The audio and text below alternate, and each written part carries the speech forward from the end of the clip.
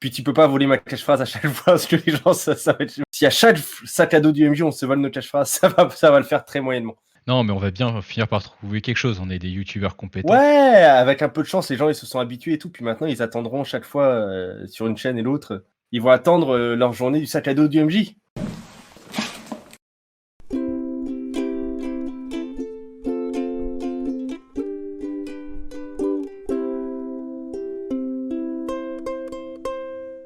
Sac à dos du MJ, qui est le thème du jour, du coup. Donc c'est cadeau du MJ, épisode 3, les jeux qui se jouent seulement à 2. Parce qu'on est 2. Et non, c'est vrai que c'est un format qui existe, qui est un petit peu à part. On peut bien sûr jouer à des jeux traditionnels à 2, ça fonctionne très bien. Il y a une vidéo sur ma chaîne pour ceux que ça intéresse, dédiée à ce sujet, adapter les jeux pour jouer à 2. Mais il y a des jeux qui sont à 2 et qui méritent d'être sont faits découverts. pour jouer à 2, qui sont vraiment conçus pour jouer à 2. Parce que j'imagine que sur ta vidéo, t'en parles, mais ça nécessite un minimum d'adaptation pour transformer un jeu qui se joue avec un groupe de joueurs et de joueuses autour de la table pour qu'il fonctionne aussi bien à 2. Et je vais vous parler de La Clé des Nuages de KF. Donc, La Clé des Nuages est un jeu qui se joue à 2. Un des joueurs va jouer le mage et l'autre va jouer l'image. Qu'est-ce qui se passe dans le jeu? On va raconter... C'est pas un groupe de musique, ça, Mage et Image? Peut-être, mais éventuellement, on peut créer un groupe, je pense. Donc, qu'est-ce qui se passe dans le jeu? Le mage a une quête qui est importante pour lui et il arrive dans des ruines et c'est l'aboutissement de sa quête. Donc le mage sait ce qu'il vient faire dans ces ruines. Il va définir des clés qui sont des objets qui vont représenter sa quête et qui vont également lui servir de source de son pouvoir. L'image de son côté, il ne sera là que pour mettre le décor, sachant que dans ces ruines, on n'aura pas de créatures vivantes, on n'aura pas d'interaction. Il va être là vraiment que pour poser son décor. Et comment ça marche et qu'est-ce qui fait la spécificité de la clé des nuages? En fait, le jeu fonctionne de la façon suivante. Le mage a donc une quête qu'il ne va pas donner à l'autre joueur. Et ça va être par ses actions que l'autre joueur va devoir essayer de comprendre la quête du mage et de mettre en valeur du coup tout ce qui est possible pour pour donner du sens à cette quête. Et donc on va jouer en alternance. Le mage va rentrer dans les ruines, il va dire ce qu'il espère y trouver, et à partir de là, le jeu s'arrête, l'image prend le relais et il va décrire l'intégralité de la scène, parce qu'après il ne pourra plus parler lorsque le mage va vouloir jouer. Dans cette scène, donc, il va donner un maximum de détails, il va vraiment rentrer sur toutes les petites choses qu'on peut y trouver. Il peut également aussi un petit peu pressentir, étant donné qu'il n'aura plus la liberté de parler quand le mage va jouer, il pourra utiliser des phrases du type: si jamais le mage cherche sous la statue, il pourra trouver un petit nid d'hirondelles et des choses comme ça. Donc il va vraiment falloir faire un travail d'explication, faire un bel effort narratif pour ne pas dire bon tu rentres dans une pièce, sachant qu'après le mage va devoir se débrouiller avec ça. Et également dans cette scène, il va devoir mettre un obstacle ou en tout cas une énigme.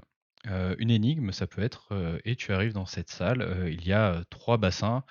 Un est rempli d'eau noire, dans un deuxième l'eau est claire, mais il y a une feuille qui flotte à sa surface et dans la troisième, il y a un liquide d'une couleur changeante. Quand ça sera au tour du mage, donc à la fin de la description de l'image, le mage va essayer de résoudre l'énigme qui a été posée de façon à ce que ce soit cohérent avec sa quête. Donc en fait, ça va être par la façon dont il résout la chose que l'image va pouvoir comprendre quelle est la quête du mage et du coup le faire avancer pour enchaîner l'histoire. Sachant que les pouvoirs du mage ne sont pas du tout définis, il peut faire absolument tout ce qu'il veut, il n'y a pas de notion d'échec ou de réussite. On est vraiment sur une alternance. L'image fait toutes les descriptions, le mage fait toutes les actions, il change de pièce, lui demande qu'est-ce que tu t'attends à trouver, et l'image va jouer au fur et à mesure en créant les scènes à chaque fois en essayant de leur donner de l'impact et d'aller dans la direction où le mage veut aller. Du coup, dans la question, qu'est-ce que tu t'attends à trouver ici, c'est aussi une inspiration à donner à l'image pour pas qu'on parte de rien sur la description. Ça va Tout à lui fait. permettre d'avoir une idée de ce qu'il ou elle doit décrire.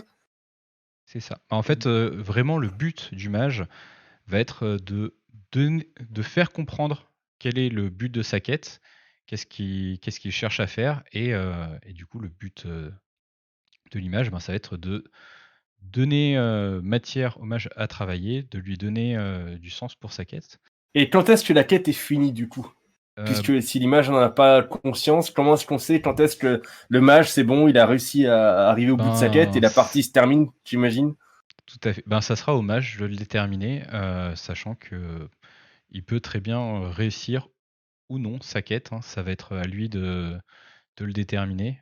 J'ai eu les cas de figure au cours enfin les deux cas de figure au cours de mes parties. J'ai eu un mage qui s'est complètement perdu dans un labyrinthe et qui du coup n'aura pas achevé sa quête. J'en ai qui ont bien sûr eu le droit à leur happy ending. Et donc c'est vraiment à la libre interprétation, aussi bien du mage que aussi des deux joueurs, parce que bon, des fois on peut peut-être trouver que la partie s'éternise, où on commence un peu à patauger, et bah, dans ce cas ça sera à la libre interprétation. Les parties durent en moyenne 1 à 2 heures selon si vous êtes très bavard ou non. Et il est recommandé, en tout cas pour la première fois, d'essayer de faire une partie un petit peu courte et d'intervertir les rôles. Donc de faire 2 parties d'affilée pour vraiment avoir l'expérience complète sur la clé des nuages, et pouvoir ensuite faire des parties un petit peu plus poussées. Une des choses que j'ai oublié de mentionner et qui a pourtant son importance, donc le mage va avoir donc ce premier objet qui va être le symbole de sa quête, qui va pouvoir aider l'image. Et donc il a cette source de pouvoir qui sera une première clé. L'image, quant à elle, va également choisir 2 clés. Elle pourra choisir n'importe quoi, elle pourra choisir la foudre, elle pourra choisir un élément, bref. Et on va essayer toujours d'incorporer ces clés dans les scènes, et on va essayer également de les incorporer dans la résolution, histoire de donner une cohérence totale au récit et voir de mieux comprendre en quoi ces clés et ces symboles Ouais, tu as servent la quête 3 du éléments mage. qui vont du coup, si je récapitule, si j'ai bien compris, tu as 3 éléments qui vont être filés sur toute la partie, en fait. Ces 3 Exactement. éléments-là, tu vas les retrouver tout le temps. Ils vont permettre, au mage de réaliser sa quête, de résoudre des énigmes. Et ils vont permettre à l'image d'enjoliver ou d'améliorer ses descriptions pour, donner, «tendre des perches» entre guillemets au mage. C'est ça. En fait, ça va vraiment servir de jalon tout au long de l'histoire, et c'est vraiment en plus par ces clés qui vont nous servir d'éléments de résolution qu'on va pouvoir un peu mieux comprendre dans quelle direction va le mage, et également qu'est-ce que l'image cherche à mettre en valeur. Eh bien, ça a l'air très bien. C'est un jeu qui est très poétique. J'aime bien les jeux poétiques. Ça se joue assez facilement, parce que même si là, j'avoue que l'explication n'est peut-être pas forcément des plus claires, avec le livre en main, c'est pas mal plus simple, et vous pouvez vraiment faire une partie sur le pouce, parce que vous n'avez besoin d'absolument aucun matériel pour jouer, et ça, c'est quand même un plus qui est non négligeable. Donc voilà, je ne peux que vous recommander. En plus, je crois que le livre vaut une dizaine d'euros. C'est chez Dystopia. C'est en bundle, en pack avec la clé des songes, non? Tout à Si fait. je dis pas de bêtises, qui est la version qu'a fait KF pour pouvoir jouer à plusieurs, du coup. C'est la Et qui est version plus dans le thème et qu'a t'en fait parlera pas. Com de. C'est Com qui a fait la C'est clé des Com songes. Autant pour moi. qui a fait le hack Désolé, de la Com, clé des nuages pour jouer à plus. pour jouer à plus, et donc qui s'appelle la clé Pour des jouer à, songes. pour jouer à 3, je crois, en plus. Exactement. Vous allez pouvoir jouer à 3. C'est un hack du système de base, hein, donc ça fait 4 ou 5 pages de plus comparé aux règles de base, et ça vous permet de jouer un petit peu plus si vous en avez envie. Et donc, pour 10 euros, vous avez et le jeu qui joue à 2 et son hack. En plus, Dystopia, apparemment, ils font des jolis livres. Le livre est très bien réussi, les illustrations sont super. Bref, vous pouvez y aller les yeux fermés, et n'hésitez pas à vous prendre un petit bundle pour prendre dans la foulée Bois dormant de Melville, que je ne saurais que trop vous conseiller. Moi, je vais vous parler de Breaking the Ice, un tout petit jeu, parce que ça doit être du A5 et puis ça fait une cinquantaine de pages seulement, qui est un jeu qui va permettre de jouer des histoires d'amour. Pas vraiment une histoire d'amour, plutôt le début de l'histoire en fait. Avant qu'on soit amoureux, c'est la rencontre. Parce qu'en fait, on va jouer 3 rendez-vous. On va jouer les 3 rendez-vous de 2 personnes pour savoir s'ils vont s'aimer ou pas. C'est pareil, il n'y a pas vraiment besoin de préparation. On va commencer par définir un genre. Est-ce que c'est une comédie romantique? Est-ce que c'est une comédie? Est-ce que c'est plutôt un truc dramatique? Est-ce que ça va être sombre? Est-ce que ça va être Orgueil et Préjugés, une période historique? Est-ce que ça va être plutôt Bridget Jones? Bref, on choisit un petit peu, voilà, ça va nous permettre de mieux cerner nos différents personnages. Ensuite, on va chacun créer un personnage. La création de personnage, ça commence par une chose qu'Emily Kerbos a appelée l'échange. Elle part du principe que les joueurs doivent déjà trouver un truc qui est différent entre eux. Peut-être que le genre, s'il y en a un qui est un homme et l'autre une femme, ça c'est différent. L'ethnie, l'âge, bref, le but c'est de commencer par voir avec l'autre joueur ou joueuse avec qui on joue une différence notable. Et cette différence, on va la reporter sur le personnage. Ensuite, chaque personnage a une couleur préférée, des traits, c'est en gros des traits de personnalité, des forces, enfin des trucs qui font ce qu'on est en fait. Par exemple, aimer le jeu de rôle ou être sur YouTube, enfin bref, ça peut être des loisirs, ça peut être tout n'importe quoi. Il y aura des compatibilités, c'est en gros des traits qui sont partagés par les 2 personnages. Ils vont aimer parfois les mêmes choses. Des conflits, parce qu'il y a des choses qui vont entrer en conflit. Par exemple, dans les exemples, il y a fait du babysitting de léopard, si tu vas à un rendez-vous et tu fais du babysitting de léopard, ça peut poser problème. Je vois pas pourquoi.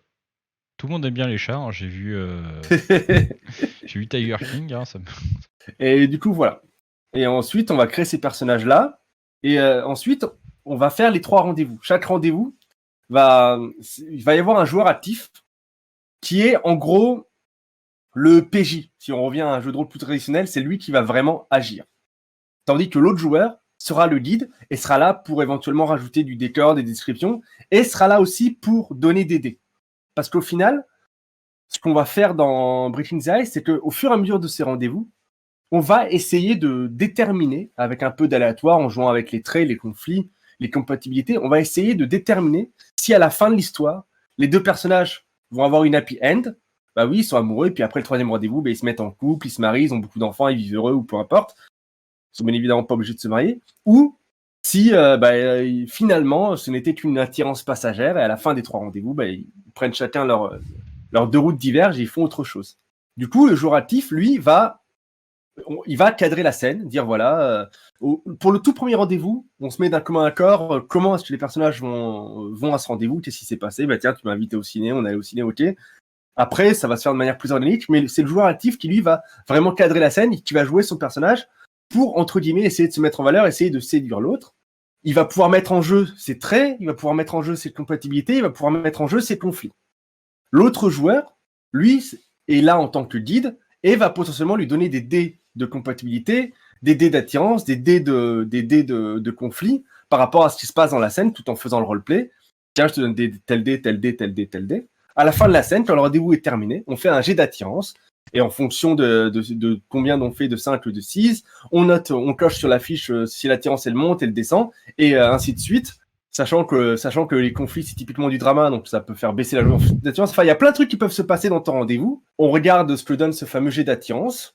On passe au prochain rendez-vous, et ainsi de suite. Chaque rendez-vous, ça va être 5 ou 6 tours, avec à chaque fois joueur actif qui passe guide, puis le guide qui passe joueur actif, ça alterne. Et on va comme ça ça va nous permettre de savoir comment ça se passe. Et c'est un petit jeu qui est pas trop mal, qui est sans préparation, qui a l'air sympathique. Je l'ai pas testé parce que c'est pas forcément évident de jouer des histoires d'amour. À la base, je l'avais acheté pour jouer avec ma compagne, puis finalement, on a fait autre chose. Le jeu de rôle l'intéresse pas forcément plus que ça. Et puis finalement, j'ai pas relancé sur le sujet. Mais c'est pas le genre de jeu. Moi, je sais qu'il y a quelqu'un qui m'a demandé sur Internet, oui, Breaking the Ice, c'est l'air vachement bien. Est-ce qu'on peut y jouer? Je ne te connais pas, je suis désolé. Hein, c'est peut-être con, c'est peut-être moi qui suis complètement vieux jeu, malgré que j'ai pas encore 40 ans, mais j'ai joué une histoire d'amour, même si c'est pour du jeu de rôle avec quelqu'un que je connais ni d'Ève ni d'Adam. Je suis moyen, mais au-delà de ça, ça a l'air assez sympathique. Pourtant, t'aurais dans des conditions beaucoup plus réelles, hein, parce que au final, t'es censé jouer en premier rendez-vous, faire la découverte, etc. Oui, c'est aussi pour ça que j'ai pas trop joué avec ma copine, parce que rejouer la découverte, c'est pas forcément évident. Et le truc qui est intéressant aussi avec ce jeu, c'est que de ce que j'ai cru comprendre, c'est Emily Kerbos, donc l'auteur, qui a popularisé les lignes et les voiles, qui est un outil de sécurité émotionnelle que je trouve, à mon humble avis, beaucoup plus performant et beaucoup moins frustrant et terrible que la H-card. Voilà, c'est juste dire les lignes, c'est des limites franches, tu dépasses pas, ça c'est une ligne, moi j'en veux pas, hop. Et puis les voiles, c'est des trucs, ok, ça me plaît pas trop, on peut survoler, on le fait pas. Ça, c'est présenté dans le bouquin et apparemment, c'est elle qui l'a démocratisé. Donc il y a pas mal comme ça de choses sympathiques dans le livre. Et voilà, je pense que ça peut être une bonne option pour jouer à deux si on trouve la bonne personne pour jouer à des jeux d'amour. Sachant que c'est des rendez-vous, mais vu que c'est nous qui choisissons le genre, on choisit aussi une classification PEGI 12, PEGI 18, interdit au moins de 18. Vu qu'on choisit tout, et qu'en plus éliminer les voiles, je pense pas que ça soit si gênant que ça. Moi, j'ai pas osé, Je parce que je pense suis un pas grand non timide. plus, hein, parce qu'on a quand Mais même je pense aussi pas que le ça soit côté où on gênant. peut jouer de façon très humoristique, parce que ça peut être une comédie, on n'est Ah pas oui, obligé d'être oui, sur quelque chose de tu très peux faire. sérieux, très intimiste. Ah, ça peut être n'importe quoi. Ça peut être. Moi, j'ai vu un actual play qu'avait fait Jérôme Bousco sur sa chaîne OpenJDRI avant qu'il arrête de faire sa chaîne. C'était un ange et un démon. Et le conflit, c'était que c'est un ange et un démon, quoi. T'es pas censé fricoter avec le camp d'en face. Et c'était assez drôle parce que du coup, c'était un petit peu décalé. Et puis, pareil, il y a par défaut, Émilie conseille de faire du contemporain, mais à la fin du livre, t'as tout un tas d'astuces pour faire d'autres trucs. Il y a longtemps loin d'ici, voilà. L'Europe Oui. médiévale fantastique. Après, c'est vrai que dans le fond, ça change pas grand-chose. À l'époque, une histoire d'amour, ça reste une histoire d'amour. Hein. Ouais, c'est ça, mais voilà, il y a plein de, il y a plein de trucs, il y a des exemples avec d'autres trucs, avec d'autres, pour faire d'autres choses, quoi, pour un peu décaler, faire moins réaliste, faire d'autres périodes, avec aussi des conseils sur le débriefing aussi, briefer le jeu. Donc il y a vraiment des trucs sympas dans même si j'y ai pas joué, rien qu'à la lecture, c'est intéressant, quoi. Est-ce que par contre, c'est peut-être pas un peu compliqué pour, dans le cadre justement de faire un peu découvrir le jeu de rôle, comme tu l'as dit, le côté où on doit alterner joueur MJ? C'est une bonne question. Perso, j'ai pas testé, donc je saurais pas dire. Mais ça me semble pas si simple que ça en tout cas. Donc pour joueurs Parce que avertis et... mais ouais, en tant que guide, tu joues. En plus, le guide, c'est pas seulement un MJ, c'est que tu joues aussi ton propre personnage. C'est aussi c'est la double peine. Quand t'es MJ, en plus tu joues ton personnage en plus. Enfin, t'es MJ. En fait, tu gères les dés en fait. Tu es facilitateur. Tu joues ton propre personnage. Ouais, t'es facilitateur. Tu joues ton propre personnage et en plus tu dois gérer par rapport à ce que dit l'autre les différences de dés, de machin, de trucs et du coup, j'ai peur que, en tout cas pour une première partie, t'es un peu ce que j'appelle moi la surcharge cognitive, comme j'ai eu parfois sur d'autres jeux où en fait t'as tellement de trucs à gérer de machin que quand t'es guide, ça peut être compliqué. Mais ça reste un jeu très intéressant. Eh ben, mon deuxième jeu, pour changer, c'est un jeu de chez Angel Dust JDR. Donc c'est un jeu de... Est-ce qu'il t'envoie un gros chèque au moins, Manon Angel et de Simon... JDR? Non, mais il n'y a même pas besoin. C'est les gens les plus gentils du monde. Et vraiment, vu le nombre de fois où je les ennuie avec des questions sans intérêt, je pense que voilà, c'est quand même bien payé. Il s'agit des Chants du Purgatoire. Donc, dans les Chants du Purgatoire, on va jouer un inspecteur et un suspect. Donc, alors cette fois-ci, on n'est pas dans le poétique et le youpi, on est plus dans un jeu sale à la Batro. Le On est nom dans... fait pas très poétique, les chants du Ouais, purgatoire. non, là on est dans un univers qui est beaucoup plus sombre, beaucoup plus mature, qui peut d'ailleurs aborder des thèmes assez, Dur. assez durs, hein, vraiment. Parce que bon, voilà, hein, on est un inspecteur et un suspect, et donc il y a eu un crime. Donc c'est vrai qu'il y a des crimes comme le vol qui sont pas trop graves, mais c'était peut-être C'est pour nous qui le cannibalisme. choisissons, le crime. Tout à C'est fait, nous qui choisissons le crime. tout à fait, tout à fait. Donc, on va jouer un inspecteur et un suspect. L'inspecteur sera un petit peu le maître de jeu dans ce jeu. Et grâce à un sort vaudou, il va interroger notre suspect. Donc, pour interroger... Pourquoi le sort vaudou, il est mort, le suspect? Pas du tout. Pas du tout, mais c'est que finalement, les techniques d'interrogation, c'est pas assez efficace, donc on a préféré utiliser un sort vaudou. C'est pour l'empêcher de mentir, c'est ça? Il a pas le droit de mentir, le suspect, ou... Je non, m'interroge sur le pourquoi du vaudou. Je pense que c'est pour justifier du coup la suite du gameplay, tout simplement. D'accord. Donc, comment va se jouer les Chants du Purgatoire? Alors déjà, c'est un jeu qui n'est pas du tout Covid-friendly, pour la bonne raison que pour jouer, l'inspecteur va placer sa main fermée sur la table Et le suspect, lui, va prendre le poignet de l'inspecteur. Et donc, le jeu on ne est en jeu que tant que le contact physique est maintenu. Donc, mine de rien, c'est une mécanique qui, déjà, a son intérêt. Vu qu'on est quand même sur des sujets qui sont un petit peu sensibles, on va avoir parfaitement la notion des tensions, les petits sursauts, les petits Ah, déclics sur le poignet, vu que c'est c'est un malin. endroit qui est très sensible. Et de la même façon, si on tombe sur un sujet qui est trop borderline, il suffit de lâcher prise et à ce moment-là, de toute façon, le jeu se met en pause. Ah, c'est Donc vraiment chouette ça, comme idée de petit rituel qui fait en plus sécurité émotionnelle, qui fait en plus boucle de gameplay, c'est pas mal. Ils sont balèzes les lits. ils sont très, très forts les lits et ils sont très, très gentils. Donc comment on joue? Donc on va explorer, le purgatoire. Donc pour explorer le purgatoire, en fait, on a des tableaux, littéralement, hein, des scènes. Si vous avez joué un peu à des jeux de Batro, ça ressemble pas mal à des réminiscences. Donc, on va avoir une scène qui est assez détaillée, hein, donc ça va quand même être, à l'inspecteur de rajouter tout le petit peps. Donc c'est des trucs qui sont plutôt dérangeants. On peut arriver dans une espèce de mare de sang avec des violons qui jouent, des gens suspendus, et là, il y a une scène très dérangeante qui arrive et à ce moment-là, une fois à la fin de la description, celui qui est le suspect, va essayer de dissiper le tableau et pour ça, il va devoir faire un acte symbolique, donc un acte fort qui va être peut-être un peu de contrition, peut-être de relâcher la douleur, qu'il peut y avoir. Bref, et il doit faire, une action forte pour, réussir à dissiper le tableau. Cela dit, c'est entièrement à la bonne volonté Discrétion de de l'inspecteur. l'inspecteur. Tout à fait. S'il le souhaite, il peut également échouer volontairement et dans ce cas, il gagnera des points de culpabilité et en fait, voilà, on va progresser de tableau, comme ça selon si, le suspect réussit ou échoue. On va avoir une jauge, la jauge de paranoïa et la jauge de culpabilité qui vont monter et dès qu'on aura atteint un certain palier, soit l'inspecteur sera convaincu, que le suspect est coupable ou alors, l'inspecteur sera convaincu que le suspect est innocent. On a également la possibilité, si on veut, passer un petit peu moins de temps, à partir d'un certain nombre de points de culpabilité, le suspect peut raconter les circonstances du crime. Dans ce cas, la partie se termine et l'inspecteur connaît, les secrets qui entourent, le suspect. Du coup, c'est un produit du Game Chef. Et sur le site d'Angel Dust, il le dit direct en fait. Un jeu de rôle moral et esthétique pour 2 joueurs matures et avertis, créé à l'occasion du Game Chef 2019. Auquel j'avais participé aussi. Le thème est amalgame, les ingrédients sont échecs, microscopiques, lévités et secrets.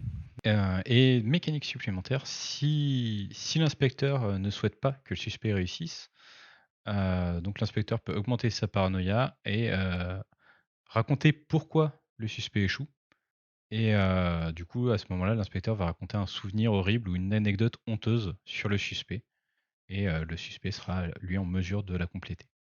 C'est des parties de combien de temps du coup? Alors, il me semble Il y a un que nombre de tableaux prédéfinis? voilà, dans tous les cas, si à la fin des 7 tableaux, aucune des autres conditions de victoire à la fin de 7 tableaux, aucune des conditions de victoire ne sont réunies, la partie se termine, sachant que, il y en a une 14, il me semble. Ah Alors d'accord, donc chaque tableau en fait il est préfet par le jeu en fait, c'est pas toi qui vas créer tes tout à fait. tableaux, Alors c'est si des canevas qui sont préétablis ou comment ça marche? C'est voilà, à quoi ça ressemble un tableau exactement en fait? écoute, hein, de toute façon, c'est un jeu gratuit, donc je suis sans pitié, on va en lire, on va en présenter un. Donc le premier tableau qui s'appelle La chanteuse. Donc on va avoir une description de la scène. Depuis des fils métalliques pendent des corps et des membres nus, décharnés, ensanglantés. Certains sont tatoués, d'autres sont en putréfaction. Le sol est un sable mouvant, des cafards mangent la chair qui s'enfonce dans le sable putride. Un soleil de plomb fait remonter des odeurs stagnantes. Une tête pendue par les cheveux dont la nuque dégouline de sang entonne un chant religieux. Et là, on a des questions qu'on va devoir poser au suspect. Tu reconnais cette tête? À qui appartient-elle? Raconte un souvenir sur elle. Que chante-t-elle? Et comment sors-tu de cet endroit? D'accord, et tu réponds aux questions et du coup là l'inspecteur il décide par rapport à tes réponses, il décide si oui tu arrives à sortir de l'endroit ou si tu fais échouer en échange du laine de la paranoïa. À quoi servent la paranoïa et la culpabilité? Ben, du coup, C'est des conditions de victoire, j'imagine. c'est ça, c'est vraiment Quand purement tu des conditions atteins de victoire. la fin de la jauge, tu gagnes. Enfin, C'est tu ça. gagnes. C'est savoir si le suspect est le coupable ou non. Coupable ou pas. Aussi simplement que ça. Voilà, Mais c'est sachant marrant qu'ils aient appelé que ça paranoïa et pas innocence. ben, en fait, alors la paranoïa est la ressource pour l'inspecteur. D'accord. L'inspecteur devient paranoïaque par rapport au suspect. Ah, Il se d'accord, oui, oui. méfie Non, du mais c'est suspect. normal en fait. C'est normal en fait. En fait, l'inspecteur se méfie plus de toi, mais t'es pas pour autant plus coupable, quoi. Mhm. Voilà, donc, et même si là je vous l'ai lu tel quel, c'est quand même prévu pour un petit peu embellir, mettre à votre sauce le tableau. Donc là, c'est vrai qu'on a un flavor text qui en soi peut être utilisé tel quel hein, si vous n'êtes pas spécialement habitué au genre, mais il n'y a aucun problème C'est déjà pas mal tel à quel, hein. l'embellir. Il y a déjà pas mal d'éléments, hein. Tout à fait, c'est bien écrit. On ressent des points qui sont très importants, je pense, pour ce type de jeu, parce qu'on va faire appel déjà à tous les sens, parce qu'on n'a pas c'est pas seulement tu vois ça, c'est tu ressens ça, tu sens ça, tu entends ça. Et voilà, c'est un des petits tips qu'on a ben, sur notamment les jeux d'horreur, de faire appel pas que à ce que tu vois. Et voilà, là, c'est parfaitement illustré dans ce tableau. Les questions, de la même façon, vont pouvoir vraiment diriger l'enquête, vont pouvoir créer une histoire. Donc voilà, c'est Les Chants du Purgatoire.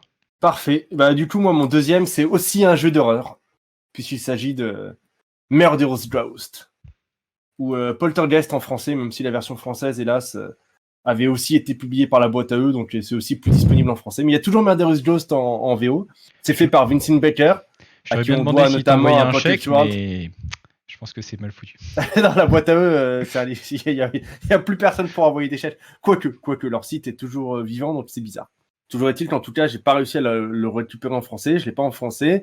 Il existe en anglais. C'est Vincent Baker qui l'a fait, donc c'est quand même le gars à qui on doit Apocalypse World. C'est quand même pas rien. Il est un peu connu, le bonhomme. Et c'est un jeu propulsé par l'Apocalypse à deux et qui est présenté de manière un peu particulière, puisque c'est pas présenté sous la forme d'un livre, mais de deux livrets de 36 pages, je crois, chacun. Un pour le maître de cérémonie, le MJ, le meneur de jeu, et un pour le joueur ou la joueuse. Sachant que c'est un jeu, comme son nom l'indique, un Murderous Ghost, fantôme meurtrier, on va jouer un explorateur ou une exploratrice dans un cadre peu défini. Il y a plusieurs exemples dans les livrets pour définir des cadres.